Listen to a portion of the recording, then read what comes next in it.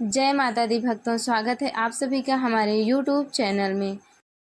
तो दोस्तों, माँ भवानी आने वाली हैं और उनके स्वागत के लिए तैयार हो जाइए। तो नवरात्रि की पूजा में क्या क्या सामग्रियाँ लगती हैं, उसी के बारे में हम आज आप लोगों को इस वीडियो में जानकारी देंगे। वीडियो के बिना स्किप किए देखिएगा, तभी जानकारी पूरी प्राप्त हो जाएगी। और सभी सामग्रियों का रहना बहुत ही आवश्यक है। अगर कोई सामग्री नहीं रहती है तो फिर भी चल जाता है, लेकिन माता जी की पूजा के लिए सारी सामग्रियों का होना बहुत ही ज़रूरी है। तो बिना देर किए आप लोगों को जानकारी देते हैं, उसके पहले हमारे चैनल को लाइक और सब्सक्राइब ज़रूर कर लीजिए। तो आइए फटाफट आप लोगों को बताएंगे नवरात्रि पूजन सामग्री के बारे में। तो पहली है चौकी। जो माता रानी की चौकी बनाई जाती है, उस पर लाल वस्त्र बिछाया जाता है, 1.25 मीटर का होना चाहिए।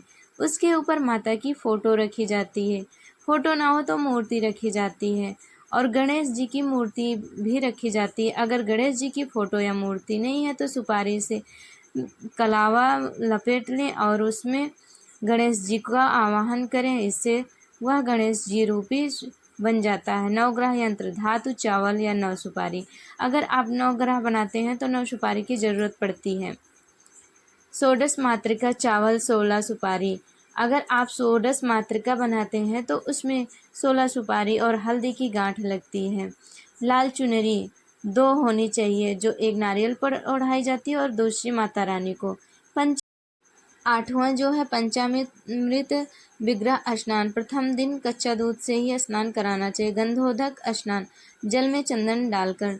और श्रृंगार की सामग्री माता को जरूर अर्पित करनी चाहिए। अगर 16 श्रृंगार नहीं हो पाता है तो 7 या 5 अवश्य। अगर ये भी ना हो पाए तो सिंदूर अवश्य ही अर्पित करना चाहिए। अब चलिए बताते हैं कलश यानी कि घट स्थापना की सामग्री के बारे में। एक मिट्टी का कलश या फिर धातु का कलश या पीतल, तांबा, किसी भी चीज़ का कलश हो। जल, गंगा जल, आम, पान, अशोक के पत्ते, लौंग, इलायची, सिक्का, सुपारी, हल्दी की गांठ, अक्षत, पुष्प इतना डालकर कलश को स्थापित करते हैं। एक नारियल होना चाहिए जो जटा वाला हो, उसमें पानी भरा हो। पूर्ण पात्र जो कटोरी में पूरी तरह चावल भरा हो, और अक्षत, साबुत अक्षत हमें चाहिए। अब ज्वारे उगाने की सामग्री भी आप लोगों को बता देते हैं। आप लोग सुनिए, नोट कर लीजिए आप लोग। जौ 100 ग्राम होना चाहिए या फिर गेहूँ या फिर सप्तधान। कहीं कहीं लोग सप्तधान भी बोते हैं, जिसमें 7 प्रकार का धान होता है। पात्र मिट्टी या धातु का। बोने के लिए मिट्टी या किसी पात्र में मिट्टी भरकर उसी में जौ उगाया जाता है, या फिर कुछ लोग ज़मीन पर ही उगाते हैं। शुद्ध स्वच्छ मिट्टी होनी चाहिए। जिस मिट्टी में हम लोग जौ उगाते हैं वह मिट्टी शुद्ध एवं स्वच्छ होनी चाहिए। अखंड ज्योति का सामान। आइए अखंड ज्योति के सामान के बारे में भी बता देते हैं आप लोगों को, ध्यान से सुनिएगा ज़रूर। बड़ा दीपक, एक धातु या मिट्टी का। बड़ी लंबी बाती, अगर बाती नहीं मिल पाती है तो फिर लाल कलावा से ही बाती लंबी वाली बना लें। देसी घी, अगर देसी घी नहीं मिल रहा है तो तिल का तेल 1 किलोग्राम। अष्टदल कमल के लिए चावल। ज्योति केस, अगर ज्योति केस नहीं है तो ज्योति के ऊपर रखने के लिए एक शीशा होना चाहिए। अब आइए आप लोगों को पूजन सामग्री के बारे में भी बता देते हैं। पहला है दीपक, धूप बत्ती 1 पैकेट, अक्षत, साबुत अक्षत होना चाहिए, कोई भी टूटा हुआ ना हो। रोली, चंदन, हल्दी, कुमकुम, जनेऊ 3 या 4। देखिए, अगर आपको जनेऊ नहीं मिलती है तो कच्चा सूत से भी काम चल जाएगा। और चौथा है कलावा, मौली, शहद, इत्र, लौंग 25 ग्राम, इलायची 11 या 15, कमलगट्टे 11, कपूर 50 ग्राम, पान 10 या 11, सुपारी 20 से 25। अगर आप 9 ग्रह बना रहे हैं तो 20 से 25, वरना एक ही सुपारी से काम चल जाएगा। पुष्प कोई भी लाल पुष्प होना चाहिए, जैसे गुड़हल, गुलाब का और कनेर से भी काम चल जाएगा। और 12वां है गणेश जी को दूर्वा। गणेश जी को दूर्वा अवश्य ही चढ़ानी चाहिए। कुशा पात्र पवित्रीकरण। देखिए, हमें अगर कुछ नहीं मिल रहा है तो हमें कोई भी पात्र होना चाहिए जिससे हम लोग पवित्रीकरण या फिर शुद्धिकरण करते हैं। तो शुद्धिकरण बहुत ही ज़रूरी होता है। जब हम कलश स्थापना करें या फिर कोई भी पूजा करें, कोई भी पूजा पाठ करने से पहले, चौकी लगाने से पहले उस जगह को स्वच्छ कर लेना चाहिए और वहाँ पर गंगा जल छिड़क देना चाहिए। इसी को कहते हैं पवित्रीकरण। हवन अग्यारी सामग्री, पात्र मिट्टी धातु, मिट्टी की धातु होनी चाहिए। गाय के गोबर के उपले, गाय के गोबर के उपले यानी कि कंडे। अगर आपको गाय के गोबर के उपले नहीं मिल रहे हैं तो आप लोग ऑनलाइन भी मंगवा सकते हैं। कंडे, आम की लकड़ी, अष्टमी नवमी। देखिए, अष्टमी और नवमी किसी भी दिन हवन करनी चाहिए। अगर आप रोज़ नहीं कर पा रहे हैं तो आप नवमी या अष्टमी के दिन एक बार ज़रूर करें। सामग्री 100 ग्राम शुद्ध घी, पूर्णाहुत, जायफल, सुपारी, गूगल, लोबान। अगर आप दोनों टाइम नहीं कर पाते हैं तो एक समय ज़रूर करें।